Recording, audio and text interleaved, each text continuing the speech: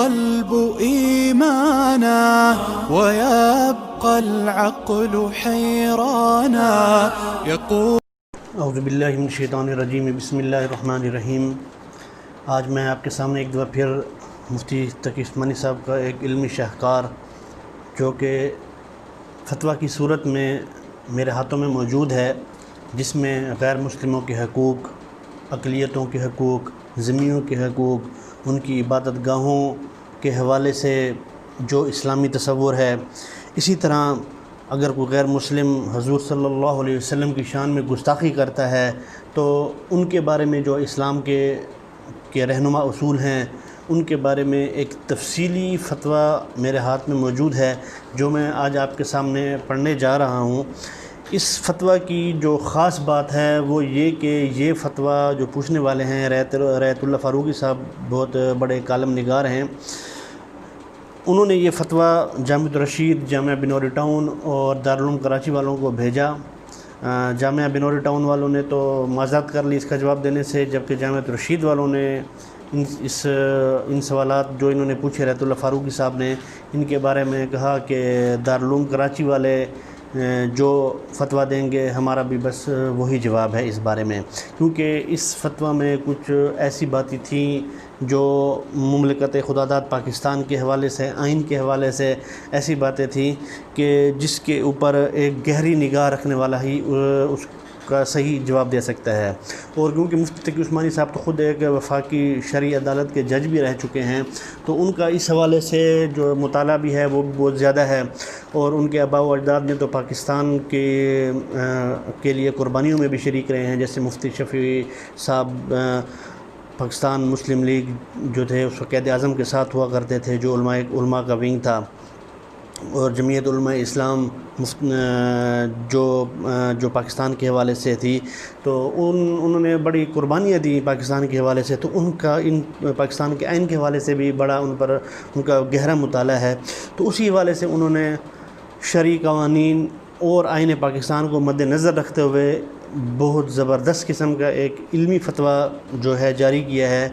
تو میں آج آپ کے سامنے صرف وہ بیان کروں گا، عربی عبارتیں ویڈیو کی طوالت کی وجہ سے بیان نہیں کروں گا، صرف مختصر ان کا جو ترجمہ ہوگا وہ بیان کیا جائے گا۔ سب سے پہلے جو مستفتی ہیں رایت اللہ فاروقی صاحب، انہوں نے 7 قسم کے سوالات پوچھے ہیں۔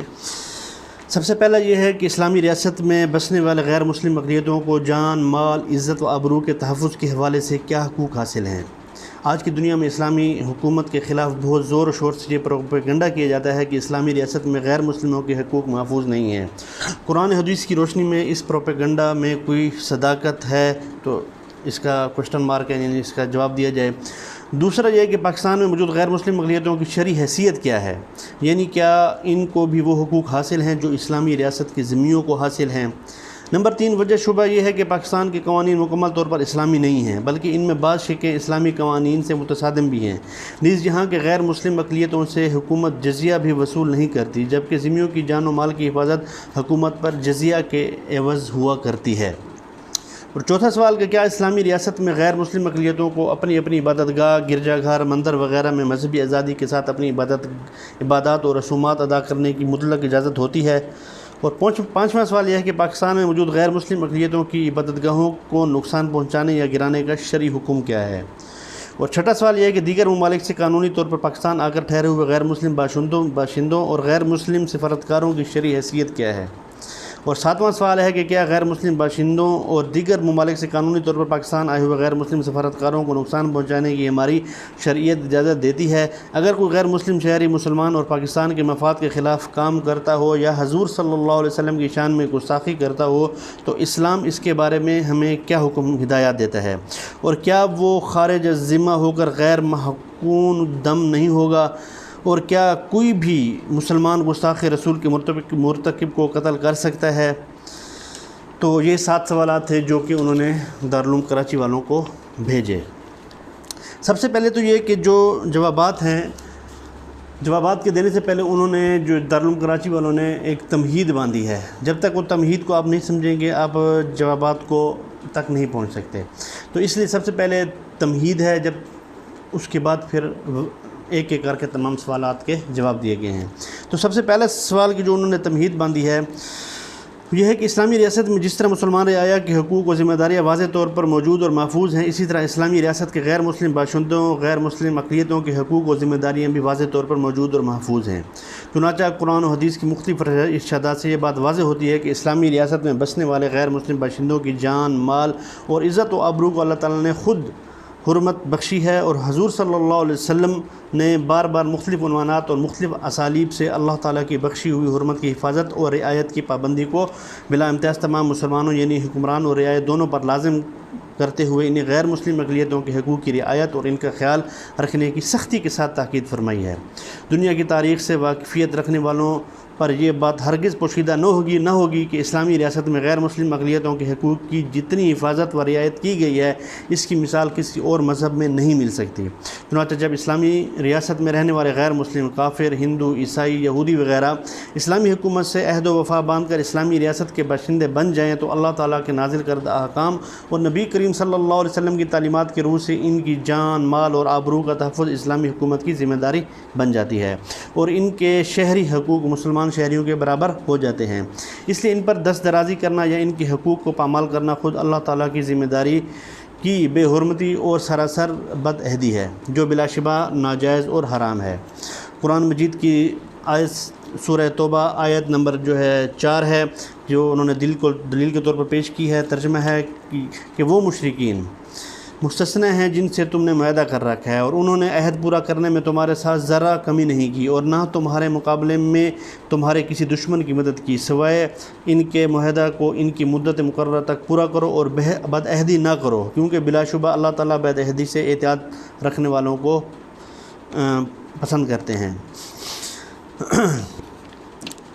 نیز قرآن کریم میں ہمیں یہ بھی بتاتا ہے کہ اسلامی ریاست میں رہنے والے غیر مسلم خود وہ ریاست کے مستقل شہری ہو یا ویزا لے کر یہاں آیا ہو یا کسی صلح یا قانونی معاہدے کے تحت یہاں رہ رہا ہو، جب تک اللہ تعالیٰ کی دی ہوئی حرمت کا حامل ہو اس وقت تک اس کی جان، مال اور عزت و آبرو کی حفاظت اسلامی ریاست پر شرعاً لازم ہے، اور اس کے خون کی حرمت مسلمان رعایا کے خون کی حرمت کے برابر ہے۔ اس لیے اس کو ناحق قتل کرنا، اس کی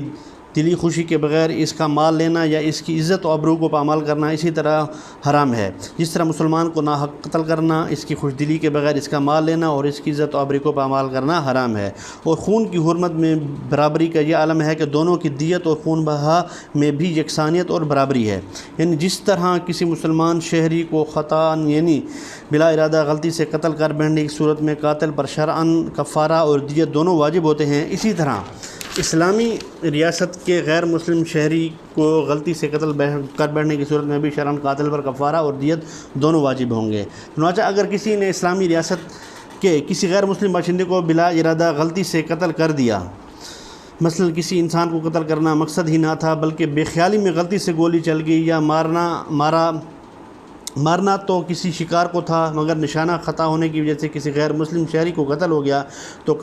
تو قاتل پر وہی تمام چیزیں لازم ہیں جو ایک مسلمان شہری کو غلطی سے قتل کرنے پر لازم ہوتی ہیں، یعنی بطور کفارہ ایک مسلمان غلام آزاد کرے اور غلام میسر نہ ہونے کی صورت میں 2 ماہ کے مسلسل روزے رکھے، اور بطور دیت یعنی خون بہا 100 اونٹ یا 1000 دینار 10,000 درہم مقتول کے وارثوں کو پہنچائے جائیں، جیسے کہ قرآن مجید میں بھی ہے کہ اور جس کو تم نے غلطی سے قتل کیا اگر وہ ایسی غیر مسلم قوم کا فرد تھا جو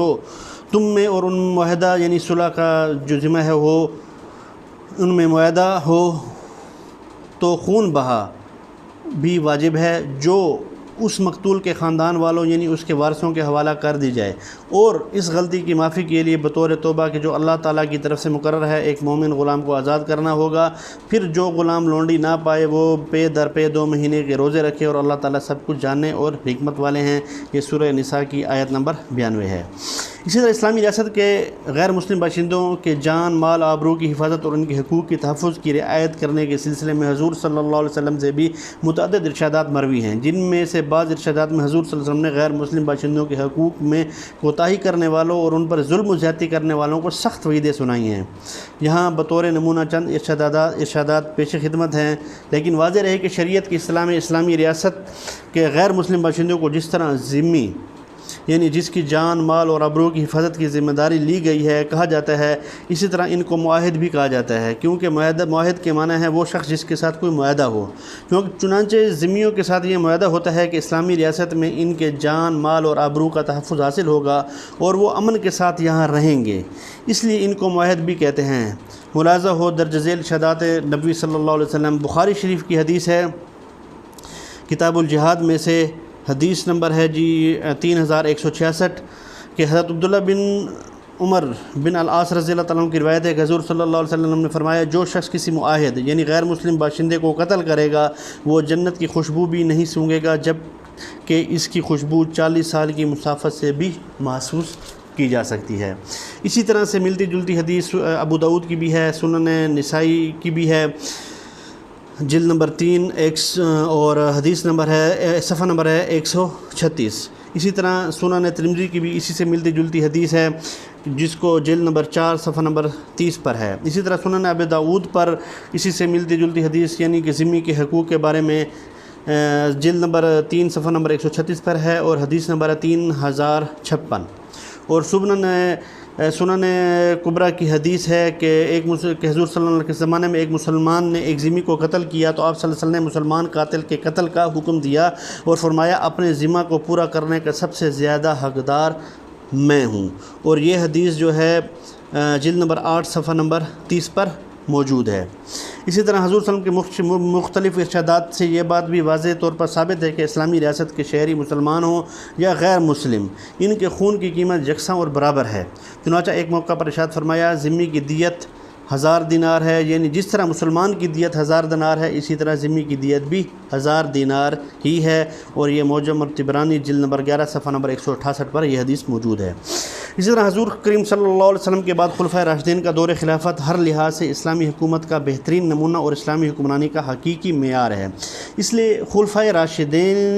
راشدین کا دور ایک اسلامی ریاست کے حکمران اور ریاست میں بسنے والی رعایا کے حقوق و فرائض کے لیے بھی بہترین معیار ہے، اور دنیا کی تاریخ اس بات کی شاہد عادل ہے کہ خلفائے راشدین نے اپنے دور خلافت میں غیر مسلم اقلیتوں کے جملہ حقوق کی حفاظت کا جس قدر اہتمام فرمایا ہے، اس کی مثال کسی اور مذہب کے پیروکار حکمرانوں کی حکومت میں ہرگز نہیں مل سکتی۔ نبی کریم صلی اللہ علیہ وسلم کے بعد خلفائے راشدین کے دور میں غیر مسلموں کے حقوق کی حفاظت اور ان کے ساتھ بہترین حسن سلوک کے نظائر اور مثالوں سے تاریخ اور سیرت کی کتابیں بھری پڑی ہیں۔ یہاں غیر مسلم رعایا کے حقوق کی حفاظت کے سلسلے میں خلافت راشدہ کی چند مثالیں بطور نمونہ پیش کی جاتی ہیں جو ہمارے خیال میں سوال میں مذکور پروپیگنڈا کو قطعی طور پر بے بنیاد ثابت کرنے کے لیے کافی ہیں۔ پہلی دلیل ہے کہ حضرت امام ظہری رحمۃ اللہ علیہ فرماتے ہیں کہ جس طرح حضور کریم صلی اللہ علیہ وسلم کے زمانے میں ذمیوں کی دیت مسلمان کی دیت کے برابر 1000 دینار مقرر تھی، اسی طرح حضرت ابوبکر صدیق رضی اللہ تعالیٰ عنہ، حضرت عمر فاروق، حضرت عثمان غنی رضی اللہ تعالیٰ عنہم کے دور خلافت میں بھی ان کی دیت 1000 دینار ہی تھی، یعنی یہ حضرات بھی ذمیوں کی دیت مسلمان کی دیت برابر قرار دیتے تھے۔ یہ بات الدیات ابن ابی عاصم جلد نمبر 1 صفحہ نمبر 232 پر موجود ہے۔ اسی طرح اللباب فی شرح الکتاب جلد نمبر 1 صفحہ نمبر 318 پر، اور تبیین الحقائق جلد نمبر 6 صفحہ نمبر 168 پر یہ بات موجود ہے۔ دوسری دلیل یہ ہے کہ خلفائے راشدین رضوان اللہ تعالیٰ علیہم اجمعین بنفس نفیس غیر مسلم شہریوں کے حالات کے متعلق تفتیش اور ان کے حقوق کی ادائیگی کی نگرانی فرمایا کرتے تھے۔ چنانچہ حضرت عمر فاروق رضی اللہ تعالیٰ عنہ کے دور خلافت میں جب ایک مرتبہ بصرہ سے غیر مسلم شہریوں کا ایک وفد آیا تو ان سے بغرض تفتیش پوچھا کہ وہاں مسلمان غیر مسلم شہریوں کو کوئی تکلیف و ایذا تو نہیں پہنچاتے؟ تو وفد کے لوگوں نے نفی میں جواب دیا اور کہا کہ جہاں تک ہمیں معلوم ہے وہ غیر مسلموں کو ان کے تمام حقوق دیتے ہیں اور اپنی ذمہ داری کو نبھاتے ہیں۔ یہ تاریخ طبری جلد نمبر 4 صفحہ 318 پر یہ بات موجود ہے۔ اسی تیسری دلیل جو دیتے ہیں وہ یہ کہ حضرت عمر فاروق رضی اللہ تعالیٰ عنہ نے اپنے دور خلافت میں شام کے گورنر حضرت ابو عبیدہ رضی اللہ تعالیٰ عنہ کو ایک حکم نامہ ارسال فرمایا تھا جس میں دیگر احکامات کے ساتھ انہیں مخاطب کر کے ذمیوں کے متعلق بھی تحریر میں فرمایا تھا کہ آپ مسلمانوں کو ان پر ظلم کرنے، انہیں ستانے اور ناجائز طریقے سے ان کا مال ہڑپ کرنے سے منع کریں۔ یہ بات جو ہے نا تاریخ الخلفاء جلد نمبر 3 صفحہ نمبر 205 پر موجود ہے۔ اسی طرح چوتھی دلیل جو حضرت عمر فاروق رضی اللہ تعالیٰ عنہ نے بیت المقدس کے عیسائی باشندوں کو اپنے دور خلافت میں ان کے حقوق کے متعلق ایک دستاویز لکھ کر دی تھی، جس میں درج ذیل باتیں تھیں کہ شروع اللہ کا نام سے جو بڑا مہربان نہایت رحم والا ہے، وہ امان نامہ ہے جو اللہ کے بندے عمر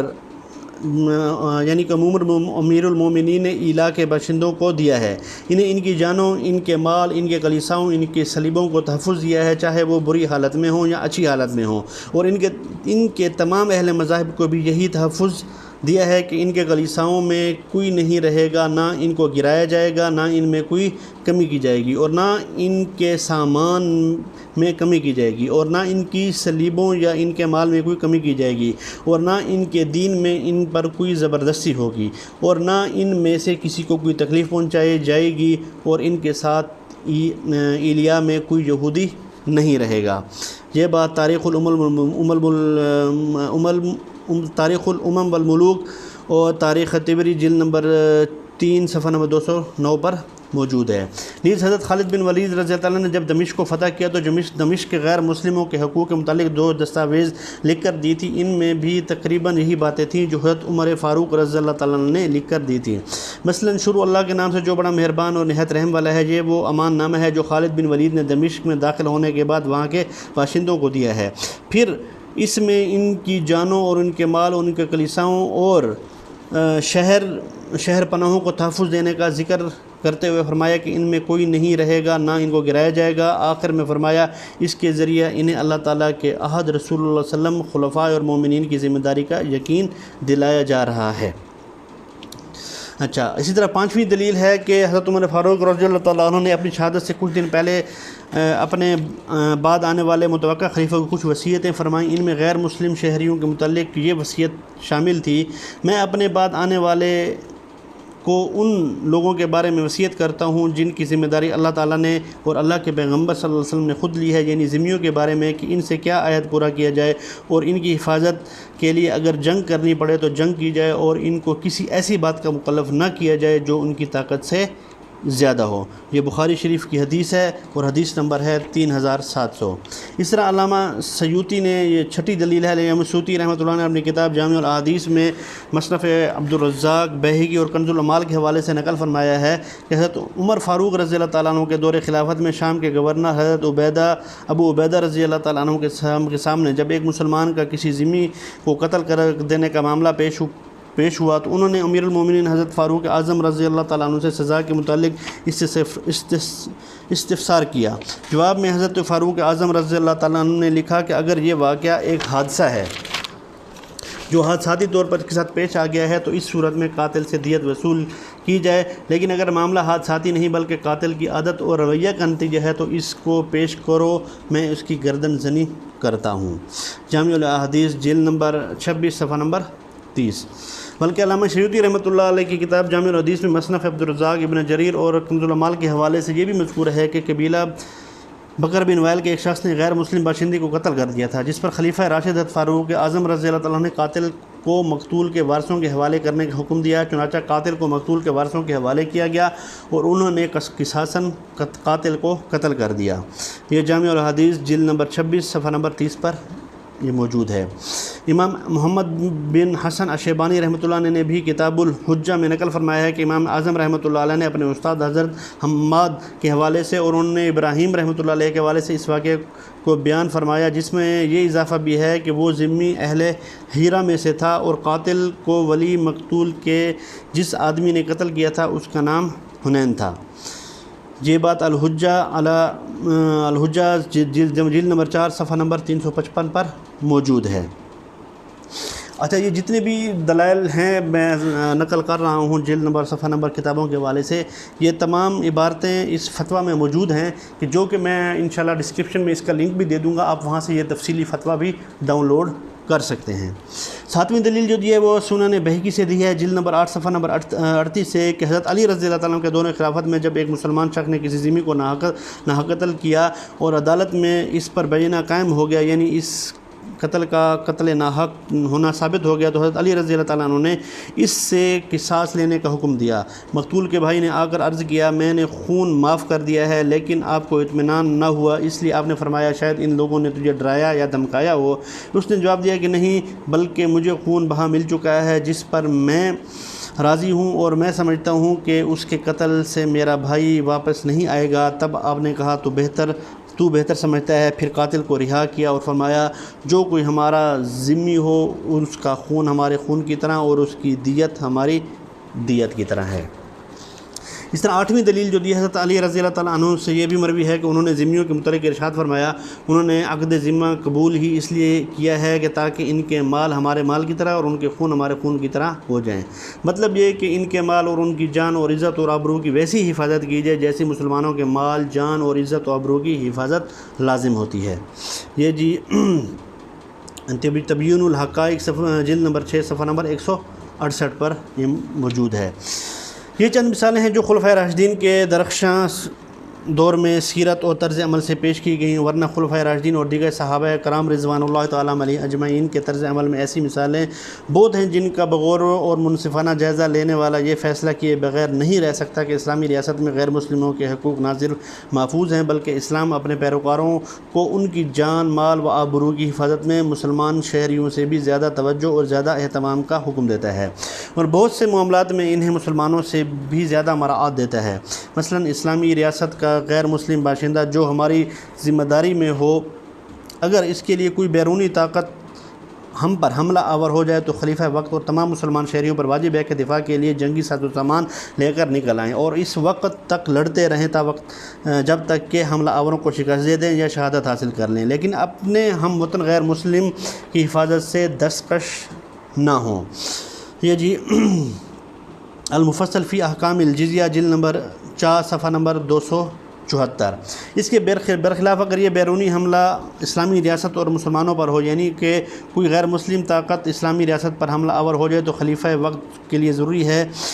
خلیفہ وقت ضرورت کے وقت تمام مسلمان شہریوں کو دفاع کے لیے جنگ میں شریک ہونے کا حکم دے سکتا ہے، اور اس صورت میں ان سب پر جنگ میں شرکت کرنا لازم ہو جائے گی، لیکن غیر مسلم باشندوں پر نہ صرف اس حکم کی کوئی پابندی عائد نہیں کر سکتا بلکہ مسلمانوں کا فرض ہے کہ وہ اسلامی ریاست کے ساتھ ساتھ غیر مسلم شہریوں کی بھی حفاظت کریں۔ اگر جنگی مصروفیات کی وجہ سے ان کی حفاظت سے عاجز ہوں تو انہیں اس کی اطلاع کر دیں اور ان سے جزیہ نہ لیں، نیز اس صورت میں بھی ان کا جزیہ ساقط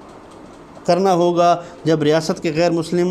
اقلیت بیرونی حملہ کے موقع پر بطور خود اپنی خوشی سے اپنی جنگی خدمات اور افرادی قوت پیش کریں اور مسلمان اس پیشکش کو قبول کرتے ہوئے ان کی خدمات حاصل کریں۔ خلفائے اسلام نے اس کے مطابق عمل فرمایا، جس کی درخشاں مثال یہ ہے کہ شام کے شہر حمص پر مسلمانوں کی حکومت تھی جہاں بہت سے عیسائی اور یہودی بھی آباد تھے۔ حضرت عبیدہ بن جراح رضی اللہ تعالیٰ عنہ اس وقت وہاں کے حاکم تھے۔ حضرت ابو عبیدہ بن جراح رضی اللہ تعالیٰ عنہ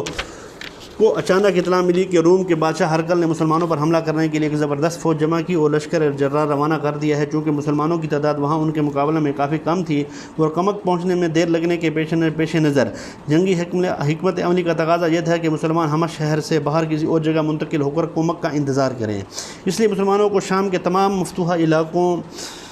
کو چھوڑ کر ایک خاص مقام پر اپنی طاقت سمیٹنی پڑی۔ اس صورت میں چونکہ غیر مسلم شہریوں کے جان و مال کے تحفظ کی ذمہ داری کو نبھانا ممکن نہیں تھا، اس لیے حضرت ابو عبیدہ رضی اللہ تعالیٰ عنہ نے مشورہ کرنے کے بعد غیر مسلم شہریوں سے وصول شدہ جزیہ واپس فرما دیا۔ حضرت امام ابو یوسف رحمۃ اللہ علیہ کتاب الخراج میں اصحاب السیر سے روایت کرتے ہیں کہ حضرت ابو عبیدہ رضی اللہ تعالیٰ عنہ نے اپنے عمراء کو لکھا کہ جو کچھ جزیہ و خراج تم نے ذمیوں سے وصول کیا ہے انہیں واپس کر دو اور ان سے کہو کہ اب ہم تمہاری حفاظت سے معذور ہیں اور قاصر ہیں، اس لیے ہم نے جو مال تمہاری حفاظت کے بدلے میں لیا تھا اسے واپس کرتے ہیں۔ اگر اللہ تعالیٰ نے ہمیں ان پر فتح عطا فرما دی تو ہم آپ کے ساتھ کیے ہوئے وعدے کو پورا کریں گے، الا یہ کہ آپ خود ایسا نہ کرنا چاہیں۔ اس کی مزید تفصیل کے لیے کتاب الخراج صفحہ نمبر 111 کو دیکھا جا سکتا ہے۔ اس طرح علامہ بلاذری رحمۃ اللہ علیہ ہیں کہ جب عمراء نے لکھتے ہیں کہ جب عمرا نے جزیہ اور خراج کی تمام جمع شدہ رقم واپس کر دی تو اس کے جواب میں حمص کے غیر مسلموں نے یک زبان ہو کر اپنے جذبات کو اس طرح بیان کیا کہ یقیناً آپ کی حکومت اور انصاف پسندی ہم کو اس ظلم و ستم سے زیادہ محبوب ہے جس میں ہم مبتلا رہتے تھے۔ اب ہم خود لشکر ہرقل کی ضرور مدافعت کریں گے۔ بلازر رحمت مزید جو لکھتے ہیں کہ یہودی باشندوں نے تورات کی قسم کھا کر کہا ہرقل کے عامل کو اپنے شہر میں ہرگز گھسنے نہ دیں گے تا وقت یہ کہ لڑ کر مغلوب نہ ہو جائیں۔ یہ جی فتوح البلدین جلد نمبر 1 صفحہ نمبر 20 پر یہ موجود ہے۔ اس طرح قرآن و سنت میں خلفائے راشدین رضوان اللہ تعالیٰ علیہم اجمعین کے طرز عمل کی روشنی میں فقہائے کرام رحمۃ اللہ علیہ نے غیر مسلم اقلیتوں کے حقوق اور فرائض کے متعلق مفصل احکام مدون فرمائے ہیں اور مسلمانوں کے ذمے ضروری قرار دیا ہے کہ ان حقوق کی مکمل حفاظت کریں، کیونکہ عقد ذمہ کی وجہ سے وہ دارالاسلام ہی کے باشندے ہو گئے ہیں اور مسلمانوں نے ان کی ذمہ داری قبول کر کے ان کی جان، مال اور عزت و آبرو کی حفاظت کرنے اور ان سے ظلم کو دور کرنے کو اپنے اوپر لازم کر لیا ہے۔ حضرت امام محمد بن حسن الشیبانی رحمۃ اللہ علیہ فرماتے ہیں شرح سیر الکبیر جلد نمبر 1 صفحہ نمبر 217 کہ کیونکہ جب مسلمانوں نے اہل ذمہ کی ذمہ داری لے لی تو اپنے اوپر اس بات کو لازم کر لیا کہ ان سے ظلم دور کیا جائے اور وہ دارالاسلام کے شہری بن گئے ہیں۔ بلکہ فقہاء کرام رحمۃ اللہ علیہ نے تو قرآن و حدیث کے دائرے میں رہ کر جس حد تک انہیں رعایت دی جا سکتی ہے رعایت دینے کی کوشش فرمائی اور مسلمانوں کو ان کے ساتھ ہر ممکن حسن سلوک کی تائید کی اور انہیں تکلیف و ایذا پہنچانے سے باز رہنے کی تلقین فرمائی۔ حتیٰ کہ فقہاء کرام رحمۃ اللہ علیہ نے یہاں تک فرمایا کہ غیر مسلم باشندوں پر ظلم کرنا، یعنی ان کے ساتھ زیادتی کرنا، ان کی حق تلفی کرنا مسلمان شہری پر ظلم کرنے سے زیادہ سنگین معاملہ ہے۔ اور وجہ یہ ہے کہ مسلمانوں کی حق تلفی کی تلافی آسانی ہے جبکہ غیر مسلم کی حق تلفی کی تلافی بعض صورتوں میں ممکن نہیں۔ مثلا غیر مسلم کے مرنے کے بعد اس سے معافی حاصل کرنے کی کوئی صورت نہیں رہتی۔ یہاں غیر مسلم اقلیتوں کے حقوق اور فرائض کے متعلق فقہاء کرام رحمۃ اللہ علیہ بیان کردہ احکام سے چند باتیں بطور نمونہ پیش خدمت ہیں۔ الف کہ فقہاء کرام رحمۃ اللہ علیہ رحمۃ اللہ تعالیٰ عنہم کے بیان کردہ احکام کی روح سے غیر مسلم شہریوں کو مسلمان شہریوں کے برابر تمام حقوق حاصل ہوں گے، ساتھ ساتھ عقد ذمہ کی وجہ سے بعض معاملات میں انہیں مزید رعایت بھی حاصل ہوگی۔ مثلا سزا کا قانون مسلم اور غیر مسلم شہری دونوں کے لیے یکساں ہے اور اس میں دونوں کا درجہ برابر ہے۔ چنانچہ جس جرم میں جو سزا مسلم شہری کو دی جائے گی وہی سزا غیر مسلم شہری کو بھی دی جائے گی۔ مسلمان کا مال غیر مسلم چرا لے یا معاملہ اس کے برعکس اور الٹا ہو، دونوں صورتوں میں چوری کی سزا یکساں ہوگی۔ مسلمان کسی غیر مسلم شہری کو خطاً قتل کرے یا اس کا الٹ ہو، دونوں صورتوں میں دیت یکساں ہوگی۔ کسی مرد یا عورت پر زنا کی تہمت لگانے کی جو سزا مسلمان کے لیے مقرر ہے غیر مسلم شہری کے لیے بھی وہی سزا مقرر ہے۔ مطلب یہ کہ قتل، چوری، قذف، تہمت لگانے اور زنا کی حد اور دیگر تعزیری سزائیں دونوں کے حقوق میں یکساں ہیں، لیکن حد خمر اور سور کے معاملے میں غیر مسلم شہری ذمہ کو رعایت اور استثناء حاصل ہے۔ اس لیے شراب پینے پر مسلمان رعایا پر تو حد اور سزا جاری ہوگی مگر غیر مسلم رعایا پر سزا جاری نہیں ہوگی، اور وجہ یہ ہے کہ عقد ذمہ کی وجہ سے غیر مسلم شہریوں کو اسلامی ریاست میں شراب بنانے، پینے اور خرید و فروخت کرنے کا حق اور رعایت حاصل ہے۔ اسی طرح انہیں سور پالنے، کھانے اور اس کی خرید و فروخت کا بھی حق ہے، اور یہ حق ایسا محکم اور ثابت شدہ ہے کہ اگر کوئی مسلمان کسی ذمہ کی شراب یا سور کو تلف کرے تو اس کی قیمت کا ضامن ہوتا ہے اور اس کی قیمت ادا کرنا اس پر لازم ہے۔ اور اس کی جو دلیل دی ہے وہ عدیات ابن ابی عاصم جلد نمبر 1 صفحہ نمبر 362۔ اسی طرح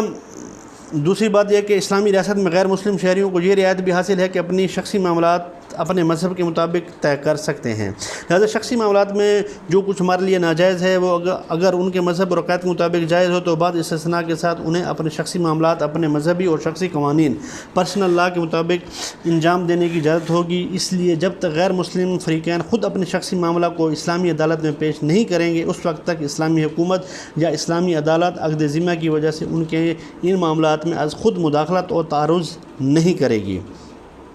یہ فتاوی شامی جلد نمبر 3 صفحہ نمبر 175 کے حوالے سے لکھتے ہیں کہ چنانچہ بعض گواہوں کے یا بغیر مہر کے نکاح وغیرہ میں سے جو شخصی معاملات وہ اپنے مذہب اور عقائد کے مطابق جائز رکھتے ہیں ان کے لیے ان چیزوں پر پابندی نہیں ہوگی۔ حضور صلی اللہ علیہ وسلم کے دور سعید سے اسلامی حکومتوں کا اسی پر عمل چلا آ رہا ہے، خلفائے راشدین بھی اسی پر عمل کرتے رہے ہیں اور بعد کی اسلامی حکومتیں بھی اسی پر عمل کر رہی ہیں۔ علامہ سرخسی رحمۃ اللہ علیہ بیان فرماتے ہیں کہ ایک مرتبہ حضرت عمر بن عبدالعزیز رحمۃ اللہ علیہ نے حضرت حسن بصری رحمۃ اللہ علیہ سے دریافت کیا، یہ کیا بات ہے کہ حضرات خلفائے راشدین نے ذمیوں کو محرمات کے ساتھ نکاح کرنے، شراب پینے اور سور کھانے کے معاملے میں آزاد چھوڑ دیا ہے؟ تو جواب میں حضرت حسن بصری رحمۃ اللہ علیہ نے فرمایا، انہوں نے جزیہ دینا اس لیے تو منظور کیا ہے کہ انہیں ان کے عقیدے کے مطابق زندگی گزارنے کی آزادی دی جائے۔ آپ کا کام بھی حضرات خلفائے راشدین کے طریقہ کے مطابق عمل کرنا ہے، نہ کہ کوئی نئی راہ اپنی طرف سے نکالنا۔ اس کے لیے آپ مبسوط، فتح القدیر، شرح النقایہ، مجلۃ الاحکام وغیرہ جو ہے نا وہ کتب فقہ اس پر دیکھ سکتے ہیں۔ بدائع الصنائع جلد نمبر 2 صفحہ نمبر 310 ایک حوالہ دے دیا ہے۔ اس طرح 4-5 حوالے ہیں، وہ آپ تفصیل کے لیے لنک ڈسکرپشن سے پورا لنک فتویٰ جو ہے نا وہ لنک کے ذریعے پورا فتویٰ ڈاؤن لوڈ کر سکتے ہیں۔ البتہ اگر غیر مسلم فریقین مسلمان ہو جائیں یا فریقین خود ہی اپنے شخصی معاملات کو اسلامی عدالت میں فیصلے کے لیے لے آئیں تو اس صورت میں مسلمان قاضی یعنی کہ مسلم جج اسلامی قانون کے مطابق ہی فیصلہ کرے گا، البتہ ان کے نکاح کو جو ہے نا وہ تسلیم کرے گا۔ یعنی کہ اگر غیر مسلم 2 محرمات آپس میں نکاح کر لیتے ہیں، ٹھیک ہے، بغیر گواہ کے کر لیتے ہیں تو ان کا نکاح قبول کیا جائے گا۔ بلکہ فریقین میں سے اگر ایک بھی مسلمان ہو جائے یا شخصی معاملات سے تعلق رکھنے والے کسی معاملے میں کوئی ایک فریق بھی مسلمان ہو تو اس صورت میں بھی فیصلہ اسلامی قانون کے مطابق ہوگا۔ مثلا کوئی کتاب یا عورت کسی مسلمان سے نکاح میں ہو تو شوہر کے انتقال کے بعد اس پر اسلامی قانون کے مطابق وفات کی عدت گزارنی واجب ہوگی۔ عدت کے اندر کسی سے نکاح جائز نہ ہوگا، اگر عدت کے اندر نکاح کرے گی تو نکاح جو ہے نا وہ باطل ہوگا۔ یہ دلیل جو ہے بحر الرائق جلد نمبر 8 صفحہ نمبر 154 اور حاشیہ ابن عابدین جلد نمبر 3 صفحہ نمبر 186۔ اسی طرح اور بھی تفصیلی اس پر شرح البدایہ اور اسی طرح بدائع الصنائع کی تفصیلی عبارات عربی میں اس پر مذکور ہیں۔ تیسری چیز جیم جو ہے کہ فقہ کرام رحمۃ اللہ نے فرمایا ہے کہ جس طرح کسی مسلمان کو گالی دینا موجب گناہ اور قابل سزا جرم ہے، اسی طرح کسی ذمی کو گالی دینا بھی موجب گناہ اور قابل سزا جرم ہے۔ بلکہ فقہ کرام رحمۃ اللہ علیہ جو ہے نا نے غیر مسلم اقلیتوں کو ایذا پہنچانے کے بارے میں یہاں تک لکھا ہے کہ اگر انہیں کافر کہہ کر مخاطب کرنے سے ان کی دل شکنی کا خندیشہ ہو تو انہیں کافر کہہ کر خطاب کرنا بھی گناہ اور قابل تعزیر جرم ہے۔ نیز ان کو ہاتھ، پاؤں اور زبان سے ایذا پہنچانا یا ان کی غیبت کرنا اسی طرح ناجائز ہے جس طرح مسلمان کو ایذا پہنچانا ان کی غیبت کرنا جو ناجائز ہے۔ اس سلسلے میں بھی تفصیلی جو حوالہ جات ہیں ابن عابدین سے، اسی طرح بحر الرائق سے، جو بحر الرائق جلد نمبر 5 صفحہ نمبر جو ہے 47 ہے۔ اور دال جز جو ہے اس میں یہ ہے کہ اسلام غیر مسلم شہریوں کو عقد ذمہ برقرار رکھنے یا نہ رکھنے کے معاملے میں مکمل آزاد چھوڑتا ہے، اس لیے ان کے حق میں عقد ذمہ اختیاری ہے، اس کے برخلاف مسلمانوں کے حق میں یہ ابدی لزوم کا درجہ رکھتا ہے۔ چنانچہ جب کوئی غیر مسلم اسلامی حکومت یا عہد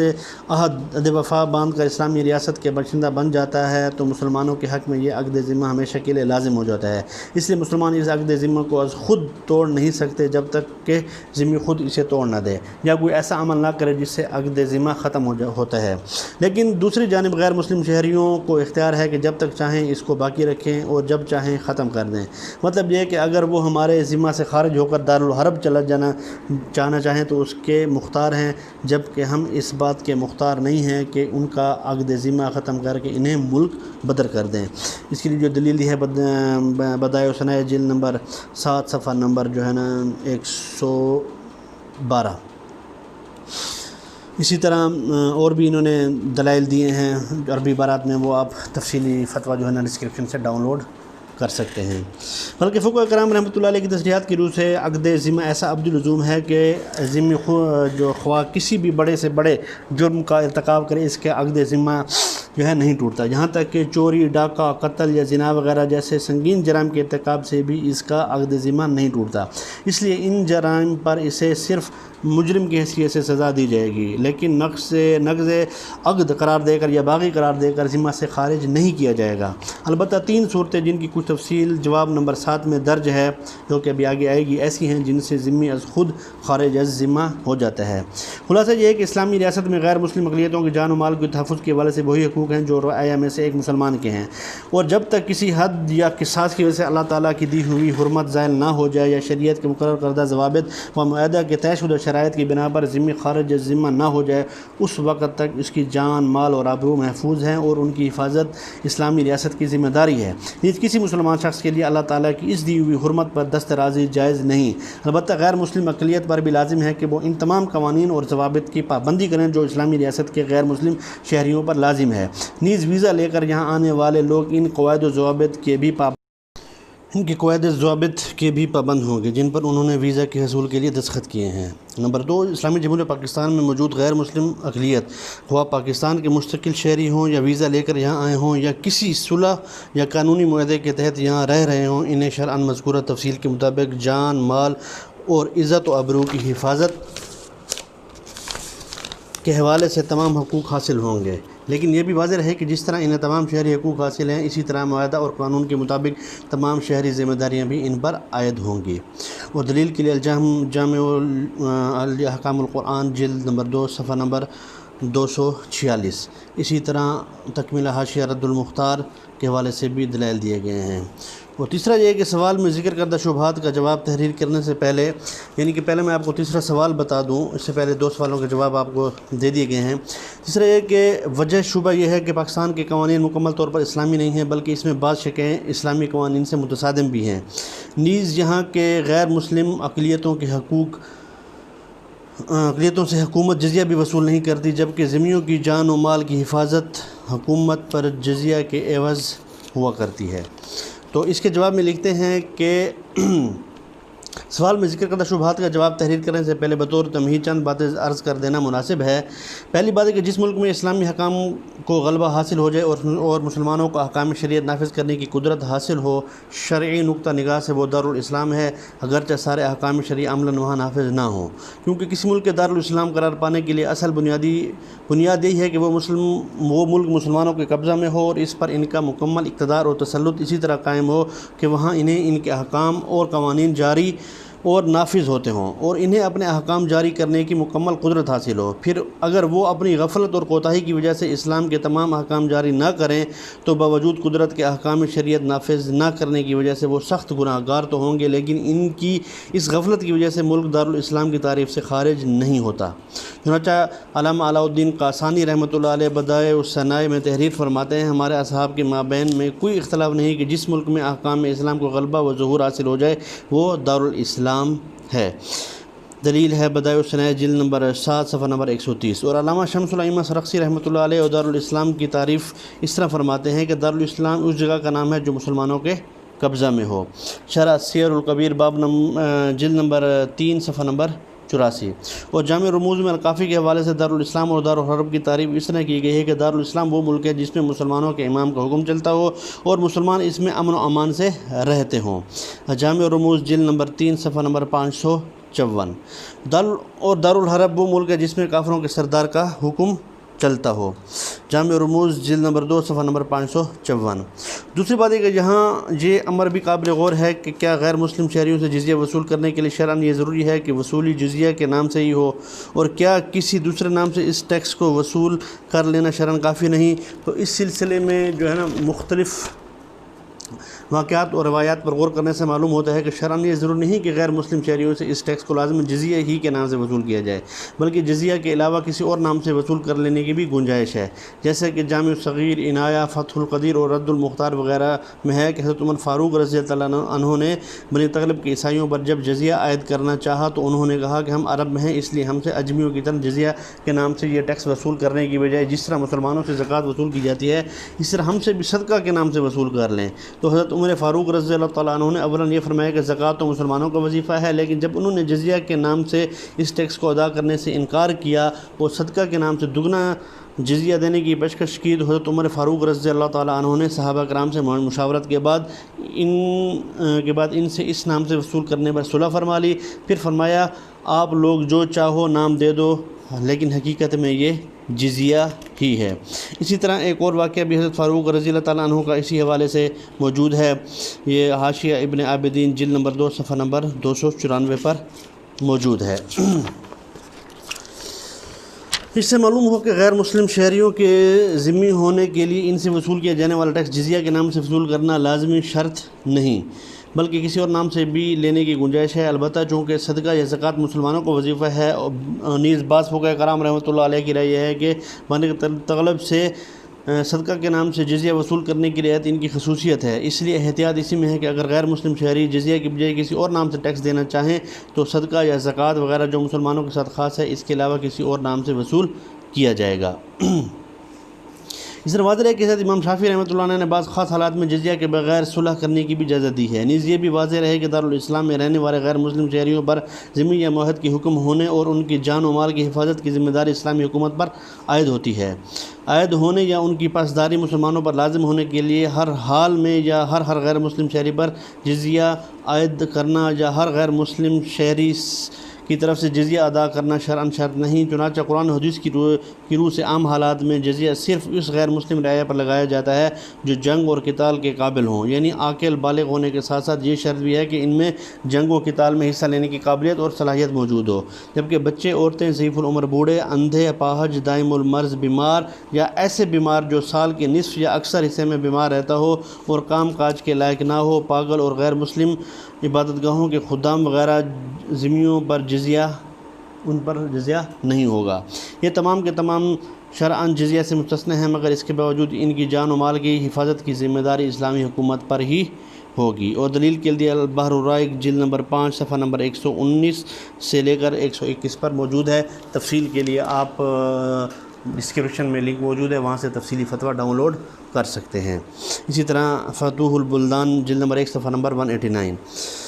اور بے جز ہے کہ اسلامی ریاست کہ وہ غیر مسلم باشندگان جو جنگی قوت اور قہر و غلبہ کے نتیجے میں شکست کھا کر مغلوب ہونے کے بعد ذمیوں کی حیثیت سے یہاں رہنے کے لیے امام المسلمین کی اطاعت قبول کر لیں، یعنی اسلامی حکومت کہ وہ غیر مسلم باشندے جو اس وقت تک مسلم فوج سے لڑتے رہے ہوں جب تک مسلمان افواج کے ہاتھوں شکست خوردہ نہ ہو گئے ہوں اور اسلامی فوجیں ان کی شوکت کو توڑتی ہوئی ان کے آبادیوں میں داخل نہ ہو گئی ہوں، ایسے شکست خوردہ غیر مسلم کے بارے میں شرعی حکم یہ ہے کہ جب امام المسلمین ان سے جزیہ قبول کر کے انہیں ذمی کی حیثیت سے جہاں رہنے کی اجازت دے دے تو ان سے عقد ذمہ قائم ہو جاتا ہے اور ان کی جان و مال کی حفاظت کرنا حکومت اسلامیہ اور مسلمانوں پر لازم ہو جاتا ہے۔ چنانچہ حضرت علی رضی اللہ تعالیٰ عنہ سے منقول ہے کہ انہوں نے جزیہ قبول کر کے اسلامی ریاست میں رہنے والے غیر مسلم رعایا کے متعلق فرمایا، انہوں نے عقد ذمہ قبول ہی اس لیے کیا تاکہ ان کی جان اور مال ہماری جان اور مال کی طرح محفوظ ہو جائیں۔ اور دلیل میں بدائع ثنائے جلد نمبر 7 صفحہ نمبر 111 اور البحر الرائق جلد نمبر 5 صفحہ نمبر 81 کا حوالہ دیا گیا ہے۔ نیز حضرت عمر فاروق رضی اللہ تعالیٰ نے حضرت ابو عبیدہ رضی اللہ تعالیٰ کو ان کے ایک خط کے جواب میں تحریر فرمایا، جب تم ان سے جزیہ قبول کر لو تو اس کے بعد تمہیں ان پر مزید کوئی شے نہیں اور ان پر دست درازی بھی تمہیں حق نہیں ہے۔ اسی طرح دلیل کے طور پر انہوں نے فتح القدیر کی جو شرح فتح القدیر کی عبارت دی ہے جلد نمبر 6 صفحہ نمبر 64۔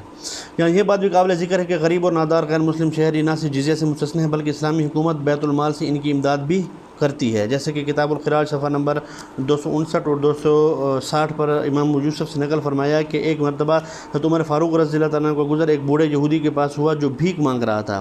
خلیفہ راشد حضرت فاروق اعظم رضی اللہ تعالیٰ عنہ نے اس بوڑھے کا ہاتھ پکڑ کر اپنے گھر لے گئے اور اسے اپنے گھر سے کچھ عطا فرمایا۔ اس کے بعد بیت المال کے نگران سے کہا کہ دیکھو اس شخص جیسے لوگوں کو دیکھو، اللہ کی قسم اگر ہم اس کی جوانی کو کھا جائیں اور بڑھاپے میں اسے بے یار و مددگار چھوڑ دیں تو یہ ہمارا انصاف نہیں ہے۔ چنانچہ آپ نے اس جیسے بوڑھوں سے جزیہ لینا بند کر دیا اور بیت المال سے ان کا وظیفہ دینے کا بھی حکم صادر فرمایا۔ اور دلیل کے طور پر الاسلام وخرافۃ السیف جلد نمبر 1 صفحہ نمبر 87 کا حوالہ دیا گیا ہے۔ اب تیسری بات یہ ہے کہ شریعت اسلامیہ کے روح سے اسلامی ریاست کے غیر مسلم باشندوں کو ہم 2 قسموں میں تقسیم کرتے ہیں۔ ایک تو یہ کہ وہ غیر مسلم باشندے جو کہ صلح یا معاہدے کے تحت اسلامی ریاست کے شہری بنے ہوں یا اسلامی ریاست میں رہائش پذیر ہوں، یعنی اسلامی حکومت کے وہ غیر مسلم شہری جو جنگ کے بغیر یا دوران جنگ امام المسلمین سے مخصوص شرائط طے کر کے یہاں رہنے کو قبول کر لیں اور خلیفہ وقت یا اس کا نائب مسلمانوں کی مصلحت اور فائدے کے پیش نظر بغیر مال ہی صلح کر لے، تو ان کے لیے شریعت اسلامی اپنی رعایا کو یہ حکم دیتی ہے کہ ان کے ساتھ تمام معاملات ان شرائط کے مطابق انجام دیے جائیں جو فریقین کی طرف سے صلح نامہ اور معاہدہ نامہ میں طے ہوئے ہیں۔ دلیل کے طور پر انہوں نے کتاب الخراج امام ابو یوسف جلد نمبر 1 صفحہ نمبر 167۔ اور چوتھی بات جو اس میں ذکر کی ہے وہ یہ ہے کہ اسلامی ریاستوں میں غیر مسلم باشندوں پر جزیہ کے نام سے جو انتہائی معمولی سا ٹیکس عائد کیا گیا ہے، یعنی زیادہ سے زیادہ جزیہ کی جو رقم وصول کی گئی ہے وہ مالدار اور دولت مند طبقوں سے 48 درہم، درمیانے طبقوں سے 24 درہم اور دیگر صاحب حیثیت لوگوں سے 12 درہم سالانہ ہے۔ اور عورتیں، بچے، نادار، بوڑھے وغیرہ لوگ بالکل مستثنی ہیں، ان سے کچھ وصول نہیں کیا گیا۔ اس کے بدلے انہیں جہاں بہت سی دیگر مراعات حاصل ہیں وہاں ایک اہم شہری ذمہ داری سے بھی انہیں مستثنی کیا جاتا ہے، یعنی جزیہ کے بدلے انہیں مسلمانوں پر عائد دفاعی ذمہ داری سے مستثنی کیا جاتا ہے۔ علامہ آلوسی بغدادی رحمۃ اللہ علیہ نے بعض اہل علم کا یہ قول نقل فرمایا ہے کہ جزیہ کا مقصد ہی یہی ہے کہ اس کے ذریعے غیر مسلم شہری دارالاسلام کی دفاعی خدمت سے مستثنی ہو جاتے ہیں۔ صاحب تفسیر المنار علامہ محمد رشید بن علی رضا نے اپنی شرح آفاق تفسیر القرآن الحکیم یعنی تفسیر المنار میں علامہ نووی رحمۃ اللہ علیہ نے المجموع شرح المہذب میں اور دیگر بہت سے محققین نے بعض مضبوط دلائل کے ساتھ یہ بات ثابت کی ہے کہ اسلامی ریاست کی دفاعی خدمت کے لیے غیر مسلمین ضرورت کے وقت تمام مسلمان باشندوں کو جنگ میں شریک ہونے کا پابند کر سکتا ہے، لیکن غیر مسلم باشندوں پر اس قسم کی کوئی پابندی نہیں ہے۔ تاہم اگر وہ بطور خود اپنی خوشی سے اپنی جنگی خدمات اور افرادی قوت پیش کریں اور مسلمان اس پیشکش کو قبول کرتے ہوئے ان کی خدمات حاصل کریں یا عمومی ملکی قوانین میں غیر مسلم شہریوں کو بھی دفاعی خدمت میں شامل رکھا گیا ہو تو اس صورت میں کم از کم ان کا جزیہ کیا ہے وہ ساقط کرنا ہوگا۔ وہ دلیل کے طور پر تفسیر المنار کا حوالہ دیا گیا ہے، جلد نمبر 10 صفحہ نمبر 259۔ تفصیلی جو ہے نا اس میں سے حوالے اور بھی بہت زیادہ دیے گئے ہیں، تفصیل کے لیے آپ اس کو تفصیلی فتویٰ ڈاؤن لوڈ کر کے ڈسکرپشن سے میں موجود لنک سے ڈاؤن لوڈ کر کے اس کو دیکھ سکتے ہیں۔ اب ان تمہیدی باتوں کے بعد ذکر کردہ شبہات کے متعلق عرض ہے کہ تمہید میں بیان کردہ پہلی بات کی روح سے اسلامی جمہوریہ پاکستان دارالاسلام ہے۔ دوسری بات کی روح سے اسلامی ریاست کے غیر مسلم باشندے کی جان و مال کی حفاظت کی ذمہ داری اسلامی حکومت پر اور دیگر تمام مسلمانوں پر عائد ہونے کے لیے شرعاً یہ ضروری نہیں کہ غیر مسلم شہریوں سے اس ٹیکس کو لازماً جزیہ ہی کے نام سے وصول کیا جائے، بلکہ جزیہ کے علاوہ کسی اور نام سے وصول کر لینے کی بھی گنجائش ہے۔ جبکہ تیسری بات کی روح سے وہ غیر مسلم باشندے جو کسی صلح یا معاہدہ کے تحت اسلامی ریاست کے شہری بنے ہوں ان کے ساتھ تمام معاملات ان شرائط کے مطابق انجام دیے جائیں گے جو فریقین کی طرف سے صلح نامہ اور معاہدہ میں طے ہوئے ہوں۔ جو چوتھی بات کی روح سے جن اسلامی ممالک میں غیر مسلم باشندے بطور خود اپنی خوشی سے اپنی جنگی خدمات اور افرادی قوت پیش کریں اور مسلمان اس پیشکش کو قبول کرتے ہوئے ان کی خدمات حاصل کریں یا عمومی ملکی قوانین میں غیر مسلم شہریوں کو بھی دفاعی خدمت میں شامل رکھا گیا ہو وہاں ان سے جزیہ نہ لینا باعث اشغال نہ ہونا چاہیے۔ نیز یہ بات بھی واضح رہے کہ پاکستان میں موجود غیر مسلم اقلیت سے مسلم حکومت پاکستان کی طرف سے اصطلاحی جزیہ لیے بغیر ان کی جان و مال کی حفاظت کی ذمہ داری قبول کرنا اس معاہدہ کی وجہ سے بھی ہے جو تقسیم ہند اور بنائے پاکستان کے وقت مسلم لیگ اور کانگریس کے سرکردہ رہنماؤں محمد علی جناح، لیاقت علی خان مرحوم اور جناب سردار ولبھ بھائی پٹیل، ڈاکٹر راجندر پرساد اور سکھوں کے نمائندہ سردار بلدیو سنگھ کے درمیان 22 جولائی 1947 بروز سہشنبہ بوقت 5 بجے شام طے پایا تھا، جس میں باشندگان ملک کے مذہبی اور شہری حقوق کی حفاظت کا واضح الفاظ میں اعلان ہوا۔ اب اس کا جو ہے نا اس معاہدہ کا اقتباس جو ہے نا وہ پیش کرنے لگا ہوں کہ ہرگاہ کے 15 اگست سے 2 خود مختار حکومتوں کے وجود میں آنے کا آخری فیصلہ ہو چکا ہے۔ تقسیم ہند کونسل ہونے والی حکومتوں کی طرف سے یہ اعلان کرتی ہے کہ کانگریس اور مسلم لیگ دونوں پہلے سے اس بات کی ضمانت دے چکی ہیں کہ حکومتوں کے تبادلے کے بعد اقلیتوں کے ساتھ منصفانہ اور مساویانہ سلوک کیا جائے گا اور ہونے والی دونوں حکومتیں اس موقع پر اپنی ان یقین دہانی کو دوبارہ اعادہ کرتی ہیں۔ دونوں حکومتوں کا مطمع نظر یہ ہے کہ یہ مذہب، ذات یا صنف کا لحاظ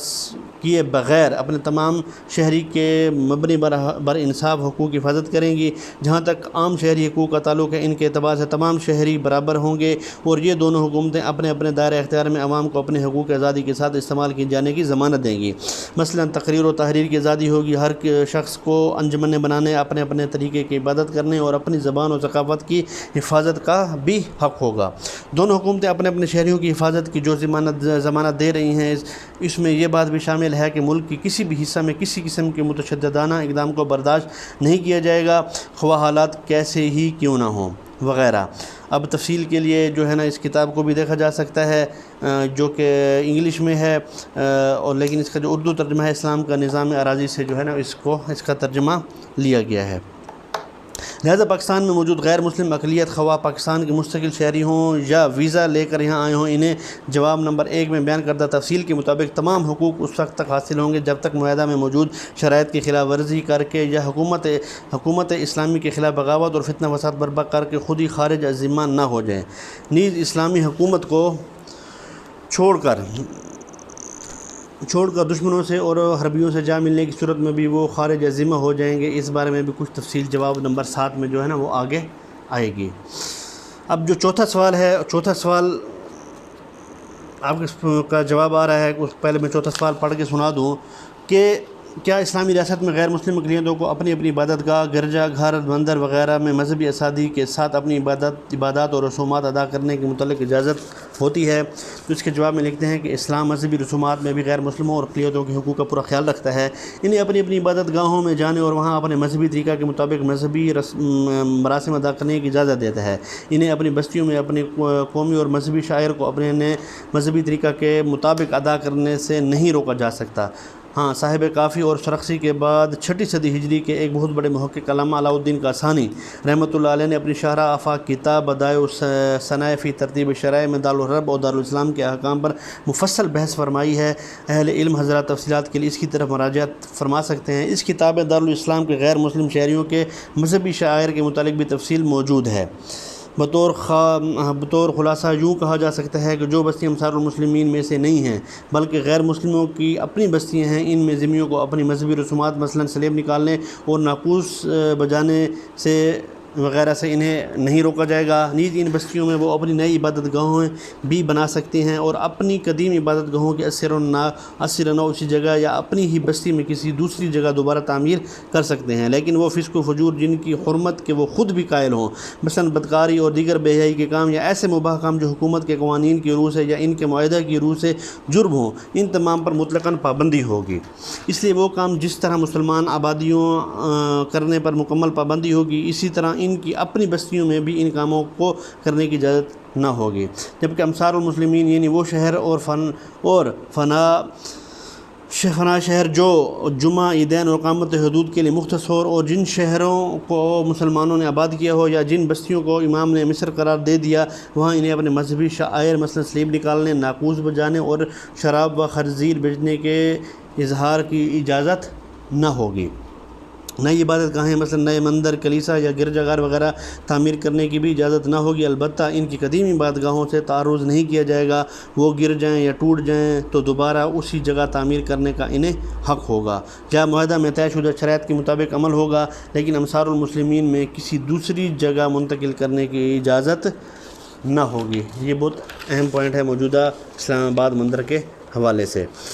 اور اس کی جو دلیل دی ہے بدائع الصنائع جلد نمبر 7 صفحہ نمبر 114۔ خلفائے راشدین اور صحابہ کرام رضوان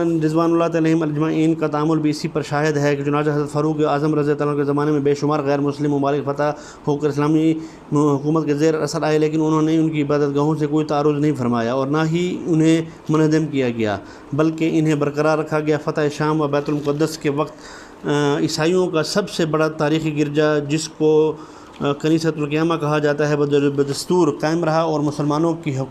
ہر حکومت اس کی حفاظت کرتی رہی۔ بہرحال خلفائے راشدین اور صحابہ کرام رضوان اللہ تعالیٰ علیہم اجمعین کے تعامل سے یہی بات ثابت ہے کہ ان کی پہلے سے موجود عبادت گاہوں سے تعرض نہیں کیا جائے گا، بلکہ انہیں برقرار رہنے دیا جائے گا۔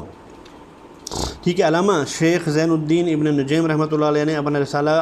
القنائص المصریہ میں غیر مسلموں کی عبادت گاہوں کی تعمیر کے بارے میں حضرت عمر فاروق رضی اللہ تعالیٰ عنہ کا فرمان نقل کیا ہے، جس میں حضرت فاروق رضی اللہ تعالیٰ عنہ نے فرمایا کہ جو ملک صلحاً فتح کیا جائے اس کے قدیم کنیسے، گرجا، بت خانے وغیرہ نہ توڑے جائیں، البتہ نئے عبادت خانے بنانے کی اجازت نہ دی جائے گی۔ اور پھر حوالہ میں شرح نکایا میں لکھا ہے کہ امام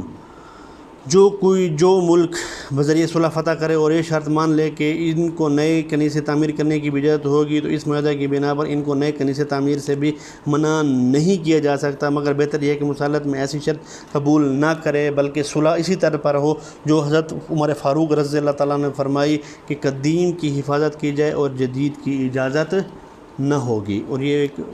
بہت اہم پوائنٹ ہے۔ اور دلیل میں اشباح والنظائر صفحہ نمبر 45۔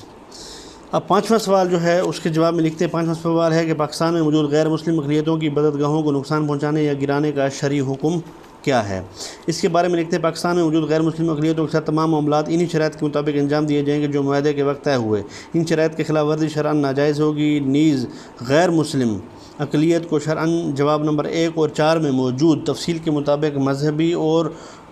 قومی آزادی حاصل ہے، اس لیے اس کے خلاف کوئی اقدام کرتے ہوئے ان کے پہلے سے موجود عبادت گاہوں مثلا مندر، گرجا گھر یا کلیسا وغیرہ کو گرانا، زبردستی ان سے چھین لینا، انہیں نقصان پہنچانا یا ان میں ان کو ان طریقہ کے مطابق مذہبی رسومات ادا کرنے سے روکنا شرعاً ناجائز ہے۔ اسی چنانچہ تاریخ کا مشہور واقعہ ہے کہ جب ولید بن عبد الملک اموی نے دمشق کے کنیسہ یوحنا کو عیسائیوں کی مرضی کے خلاف مسجد میں شامل کیا تو مسلمانوں نے اس کو غصب قرار دیا۔ پھر عمر بن عبدالعزیز رحمۃ اللہ نے اپنے دور خلافت میں اپنے عامل کو حکم دیا کہ مسجد کا جتنا حصہ گرجا کی زمین پر تعمیر کیا گیا ہے اسے منہدم کر کے عیسائیوں کے حوالے کر دیا جائے۔ مفتی اعظم پاکستان مفتی شفیع رحمۃ اللہ علیہ نے اپنی تصنیف اسلام کا نظام راضی میں مذکورہ بالا معاہدہ کا حوالہ دے کر پاکستان اور ہندوستان میں موجود اوقاف کی حفاظت کے متعلق تحریر فرماتے ہیں، اس معاہدہ کی روح سے بھی طرفین کے اوقاف عام متروکہ اراضی سے بالکل مختلف ہیں۔ نہ کوئی حکومت ان میں شرعی قوانین اوقاف کے خلاف خود کوئی تصرف کر سکتی ہے، نہ کوئی دوسرے کو ایسا اختیار دے سکتی ہے، نہ وہ کسی کو مالکانہ طور پر الاٹ کیے جا سکتے ہیں، اور یہ معاہدہ ایسا ہے کہ اگر دونوں حکومتوں میں سے کوئی اس معاہدہ کی خلاف ورزی بھی کرے تو بھی دوسرے فریق کو اپنے ملک کے اوقاف پر اس کی جوابی کارروائی کرنے کا جواز پیدا نہیں ہوتا، کیونکہ ہر قوم کے اوقاف ایک حیثیت سے قومی ملک ہوتے ہیں۔ اس قوم کے جو افراد اپنے ملک کے شہری ہیں ان کو حقوق ان سے وابستہ ہیں۔ اس حکومت کو عہد چکنی کی وجہ سے اپنے ملک کے باشندوں کے حقوق پر دست درازی کا جواز کسی حال میں نہیں پیدا ہوتا۔ اس لیے مسلمانوں کے جو مساجد، مدارس، خانقاہیں، شفا خانے، یتیم خانے، قبرستان وغیرہ جو اوقاف کی حیثیت سے ہندوستان میں رہے وہ ہندوستان سے چلے جانے والے مسلمانوں کے ملک نہ تھے، بلکہ حقیقی طور پر تو وہ ملک خداوندی ہیں اور عملی طور پر مسلمانوں کی قومی ملکیت ہیں۔ معاہدہ کی روح سے ان میں حکومت ہند یا اس کے کسی باشندے کو شرع اسلامی کے خلاف کوئی تصرف کرنے کا حق نہیں پہنچتا، اور اگر بالفرض حکومت یا اس کے شہری اپنے فرض کو پورا نہ کریں تو دوسروں کے لیے بھی حکومت کی اجازت ہے، اس میں کوئی خلاف شرع تصرف کرنا جائز نہیں ہو سکتا۔ اگر حکومت ایسا کوئی وقف کسی کو الاٹ کر دے تو ہرگز اس کا مالک نہ شرعاً ہو سکتا ہے اور نہ قانوناً۔ آگے خصوصیت کے ساتھ غیر مسلموں کے اوقاف کی حفاظت کے متعلق تحریر فرماتے ہیں، اسی طرح غیر مسلم جو اوقاف پاکستان میں چھوڑ گئے ہیں، خواہ وہ مذہبی عبادت خانے ہوں یا رفاہی ادارے، اگرچہ شرع اسلامی گروہ سے ان میں سے بعض اوقاف تو اوقاف صحیحہ کی تعریف میں داخل ہوتے ہیں، بعض نہیں ہوتے، مگر معاہدہ مذکورہ کی بنا پر حکومت پاکستان ان تمام اوقاف کی حفاظت ان کے مصارف میں استعمال ذمہ دار ہے، خواہ وہ شرع اسلامی گروہ سے اوقاف صحیحہ نہ ہوں۔ مثلا ان کے عبادت خانے جو کفر و شرک ہی کے مرکز ہیں اور شرعاً ان کا وقف صحیح نہیں، لیکن معاہدہ صلح کی وجہ سے ان کی بھی حفاظت کرنا لازم ہوگا۔ اس طرح چھٹا سوال جو ہے اس کے متعلق فرماتے ہیں کہ کسی ملک کے ویزے کے حوالے سے کہ کوئی غیر مسلم جب ویزا لے کر یہاں پر آتا ہے تو اس کے حوالے سے کہ دیگر ممالک سے قانونی طور پر پاکستان آ کر ٹھہرے ہوئے غیر مسلم باشندوں اور غیر مسلم سفارتکاروں کی شرعی حیثیت کیا ہے، تو اس کے متعلق لکھتے ہیں کسی ملک کا ویزا حاصل کر کے اس ملک میں آنا شرعی نقطہ نگاہ سے معاہدہ کر کے آنا ہے، اس لیے ایسے لوگوں کی شرعی حیثیت معاہد کی ہے، ان کو وہی حقوق حاصل ہیں جو معاہد کے متعلق جواب نمبر 1 میں گزرے ہیں، اور ان پر وہ تمام ذمہ داریاں عائد ہوں گی جو معاہد پر عائد ہوتی ہیں۔ نیز ویزا کے حصول کے وقت اگر کچھ اضافی قواعد و ضوابط پہ انہیں پابند کیا گیا تو ان کے بھی وہ پابند ہوں گے۔ اور ساتواں اور آخری سوال جو ہے اس میں وہ یہ ہے کہ کیا غیر مسلم باشندوں اور دیگر ممالک سے قانونی طور پر پاکستان آئے ہوئے غیر مسلم سفارتکاروں کو نقصان پہنچانے کی ہماری شریعت اجازت دیتی ہے؟ اگر کوئی غیر مسلم شہری مسلمان اور پاکستان کے مفاد کے خلاف کام کرتا ہو یا حضرت صلی اللہ علیہ وسلم کی شان میں گستاخی کرتا ہو تو اسلام اس کے بارے میں ہمیں کیا ہدایت دیتا ہے، اور کیا وہ خارج ذمہ ہو کر غیر محقون دم نہیں ہوگا، اور کیا کوئی بھی مسلمان گستاخ رسول کے مرتکب کو قتل کر سکتا ہے؟ یہ 7واں سوال ہے، اس کے جواب میں لکھتے ہیں کہ بطور سب سے پہلے تو 3 باتیں بطور تمہید باندھنا جو ہے نا کہتا وہ ضروری ہے۔ پہلی بات تو یہ ہے کہ کسی غیر مسلم شہری خواہ مستقل شہری ہو یا عارضی کو نقصان پہنچانا یا بغیر کسی شرعی وجہ کہ اس کے جان مال یا عزت و آبرو کی حرمت کو پامال کرنا شرعاً اسی طرح حرام ہے جس طرح کسی مسلمان کی جان مال عزت و آبرو کی حرمت کو پامال کرنا حرام ہے، کیونکہ جان مال اور عزت و آبرو کے تحفظ کے عمومی حکم میں مسلمانوں کے ساتھ ذمہ اور معاہد بھی شامل ہیں۔ اور دلیل کے طور پر بحر الرائق جلد نمبر 5 صفحہ نمبر 109۔ اور دوسری بات جو لکھی ہے وہ یہ ہے کہ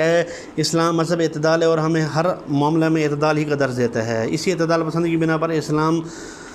کسی فرد پر اس وقت تک سزا قائم کرنے کی اجازت نہیں دیتا جب تک کہ اس کے مجرم ہونے کا یقین نہ ہو جائے۔ چنانچہ کسی فرد پر کتنا ہی بڑا جرم سرزد ہونے کا معاملہ ہو، اسلام اس وقت پر اس کو سزا قائم کرنے کی اجازت نہیں دیتا جب تک عدالت میں قضاء اور قانون کے مطابق اس کا جرم ثابت نہ ہو جائے۔ اس لیے قرآن و سنت کی روشنی میں کسی مجرم پر سزا قائم کرنا حق صرف عدالت اور قاضی کو ہے، کسی دوسرے فرد کے لیے ذاتی طور پر مجرم کو سزا دینے کا شرعاً اختیار حاصل نہیں ہے، حتیٰ کہ کسی جرم کی سزا واجب القتل ہونے کی صورت میں بھی اس قتل کا اختیار عدالت کو ہے، وہ بھی شرعی طریقہ سے ثبوت جرم کے بعد۔ عام لوگوں کو شرعاً یہ اختیار حاصل نہیں کہ قانون کو ہاتھ میں لے کر شرعی حدود کو پامال کرتے ہوئے خود ہی سزائیں قائم کرنا شروع کر دیں، خواہ مجرم مسلمان شہری ہو یا غیر مسلم، کیونکہ قرآن و حدیث کی تعلیمات سے واضح ہے کہ اسلام حقوق و فرائض کی ادائیگی میں عدل و انصاف کے ترازو کو مضبوطی سے تھامے رکھنے کا تاکیدی حکم صرف اپنوں تک ہی محدود نہیں بلکہ اس معاملے میں اپنوں اور بیگانوں، دوستوں اور دشمنوں کے درمیان کوئی فرق و امتیازی سلوک کو نہ صرف روا نہیں رکھا گیا بلکہ بلا امتیاز دوست و دشمن، مسلم و غیر مسلم سب کے حقوق کا تحفظ اور حقوق و فرائض کی ادائیگی میں سب کے ساتھ عدل و انصاف کو برقرار رکھنے کا حکم اسلامی منشور کا حصہ ہے۔ مفتی اعظم مفتی شفیع رحمۃ اللہ علیہ اپنی شارح باغ تفسیر معارف القرآن میں وَإِذَا حَكَمْتُم بَيْنَ النَّاسِ أَن تَحْكُمُوا بِالْعَدْلِ کی تفسیر کرتے ہوئے فرماتے ہیں کہ اس جملہ میں اللہ تعالیٰ نے بین الناس فرمایا، بین المسلمین اور بین المومنین نہیں فرمایا۔ اس میں اشارہ فرما دیا کہ مقدمات کے فیصلوں میں سب انسان مساوی ہیں، مسلم ہوں یا غیر مسلم، اور دوست ہوں یا دشمن، اپنے ہم وطن، ہم رنگ، ہم زبان ہوں یا غیر۔ فیصلہ کرنے والوں کا فرض ہے کہ ان سب تعلقات سے الگ ہو کر جو بھی حق اور انصاف کا تقاضا ہو وہ اس کے مطابق فیصلہ کریں۔ معارف القرآن جلد نمبر 2 صفحہ نمبر 448۔ اسی طرح معارف القرآن میں آیت کونوا قوامین للہ شہداء بالقسط ولا یجرمنکم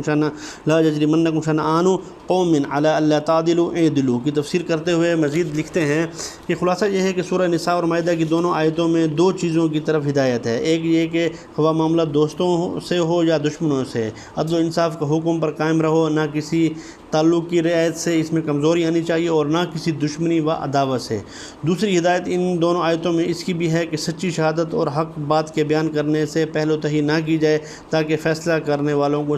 کو صحیح فیصلہ کرنے میں دشواری پیش نہ آئے۔ اب اس تمہید کے بعد اصل سوال کا جواب یہ ہے کہ اگر کسی غیر مسلم ذمہ معاہد مستعمل کو نقصان پہنچانے کی ہماری شرعی اجازت نہیں دیتی، اگر کوئی غیر مسلم شہری مسلمان اور پاکستان کے مفاد کے خلاف کام کرتا ہو یا حضرت صلی اللہ علیہ وسلم کی شان میں گستاخی کرتا ہو اور ان افعال اور جرائم پر مجرم کی حیثیت سے سزا دی جائے گی، یہ سزا عدالت میں قضاء اور قانون کے مطابق جرم ثابت ہونے کے بعد عدالت ہی دے گی۔ اور جہاں تک ذمہ کے خارج ذمہ ہونے کا سوال ہے تو اس میں شرعاً یہ تفسیر ہے کہ چونکہ مسلمانوں کے حق میں عہد ذمہ ابدی لزوم کا درجہ رکھتا ہے، یعنی جب کوئی غیر مسلم اسلامی حکومت سے عہد وفا باندھ کر اسلامی ریاست کا باشندہ بن جاتا ہے تو مسلمانوں کو حق میں یہ عقد ذمہ ہمیشہ کے لیے لازم ہو جاتا ہے۔ اس لیے مسلمان اس عقد ذمہ کو نہ از خود توڑ سکتے ہیں نہ ہی کسی جرم کا ارتکاب کرنے سے اس کا عقد ذمہ ختم ہوتا ہے، خواہ کیسے ہی بڑے جرم کا ارتکاب کرے، حتیٰ کہ جزیہ بند کر دینے سے بھی ذمہ خارج ذمہ نہیں ہوتا۔ البتہ 3 صورتیں ایسی ہیں جن سے عقد ذمہ ختم ہوتا ہے۔ ان میں پہلی صورت میں عقد ذمہ ختم ہونے کا مطلب یہ ہے کہ عقد ذمہ سے جو اصل مقصود تھا وہ حاصل ہو جانے کی وجہ سے اپنے انجام کو پہنچ گیا، اور وہ یہ ہے کہ کوئی ذمہ اسلام قبول کر کے دائرہ اسلام میں داخل ہو جائے۔ چنانچہ ذمہ کے اسلام قبول کر لینے سے عقد ذمہ ختم ہو جاتا ہے، اس لیے کہ اب وہ مسلمان شہری بن گیا، ذمہ نہ رہا۔ اور دلیل میں بدائے الثناء کی عبارت ہے جلد نمبر 7 صفحہ نمبر 112۔ اور بقیہ 2 صورتوں میں عقد ذمہ ختم ہونے کا مطلب یہ ہے کہ اگر کوئی ذمہ ان میں سے کسی عمل کا ارتکاب کرتا ہے تو اس کا عقد ذمہ ٹوٹ جاتا ہے اور وہ از خود خارج از ذمہ ہو جاتا ہے۔ اب اب ایک تو یہ کہ ذمہ خود دارالاسلام کو چھوڑ کر دارالحرب میں دشمنوں سے جا ملے یا حکومت اسلامی کے خلاف بغاوت کر کے جنگ شروع کر دے، تب بھی اس کا جو ذمہ ہے وہ ٹوٹ جاتا ہے۔ اور دلیل کے طور پر حاشیہ ابن عابدین جلد نمبر 4 صفحہ نمبر 212 اور بدائع الصنائع جلد نمبر 7 صفحہ نمبر 112 ہے۔ اور دوسری بات یہ کہ غیر مسلم شہریوں کے ساتھ عقد ذمہ میں صراحتاً یا دلالتاً جو باتیں مشروط ہوں ان میں سے کسی بات کی خلاف ورزی کریں، چنانچہ اگر کوئی غیر مسلم شہری حکومت اسلامی کے خلاف جاسوسی کرے تو اس کا عقد ذمہ ختم ہو جائے گا، کیونکہ اگر کوئی ذمہ یا مستامن معاہد حلیف جاسوسی کرتا ہے تو اس کی دو صورتیں ہو سکتی ہیں۔ ایک صورت یہ ہے کہ مشروط ذمہ یا مشروط مستامن ہے، یعنی بوقت امن و عہد صراحتاً یہ شرط تھی کہ جاسوسی نہ کرے اور اس نے اس عہد کی خلاف ورزی کر کے جاسوسی کی ہے، تب تو بالاتفاق تمام ائمہ کا اس پر اتفاق ہے کہ معاہدہ ختم ہو جاتا ہے۔ مزید برآں امام مالک رحمۃ اللہ علیہ اور امام اوزاعی رحمۃ اللہ علیہ بھی فرماتے ہیں کہ نقض عہد کے بعد امیر المومنین حاکم وقت کو یہ اختیار بھی ہے کہ اس کو غلام بنا لے یا قتل کر دے۔ دوسری صورت یہ ہے کہ بوقت امن و عہد صراحتاً یہ شرط نہیں لگائی گئی ہو کہ جاسوسی نہ کرے گا، تو اس صورت میں اگرچہ زمانہ قدیم میں اس کے نقض عہد اور نقض امن میں فقہ کرام اور رحمۃ اللہ علیہ کا اختلاف پایا جاتا ہے کہ امام مالک رحمۃ اللہ علیہ اور امام اوزاعی رحمۃ اللہ علیہ کے نزدیک نقض عہد ہو جائے گا۔ اس کے بعد امیر المومنین کی ثوابدید پر اس کو غلام بنانا بھی درست ہے اور قتل کرنا بھی، اور جمہور علماء کے نزدیک نقض عہد نہیں ہوتا، البتہ اس کو سخت عبرتناک جسمانی سزا دی جائے گی اور قید میں بھی رکھا جا سکتا ہے، مگر دور حاضر میں معاہدے میں اگرچہ صراحتاً جاسوسی نہ کرنے کی شرط نہ ہو لیکن دلالتاً ضمناً شرط ہوتی ہے، لہٰذا صراحتاً شرط نہ ہونے کی صورت میں بھی اگر جاسوسی کرے گا تو نقض عہد جو ہے نا ہو جانا چاہیے۔ اور دلیل میں بہت ساری اعلیٰ و سنن وغیرہ ہم سے اور امام ابو یوسف کی کتاب الخراج اور فقہ الاسلامی سے دلائل دیے گئے ہیں، جو آپ تفصیلی فتویٰ ڈاؤن لوڈ کر کے اس کو دیکھ سکتے ہیں۔ اس طرح غیر مسلم شہریوں کے ساتھ عقد ذمہ اگر صراحتاً یا دلالتاً اس بات کے ساتھ مشروط ہو کہ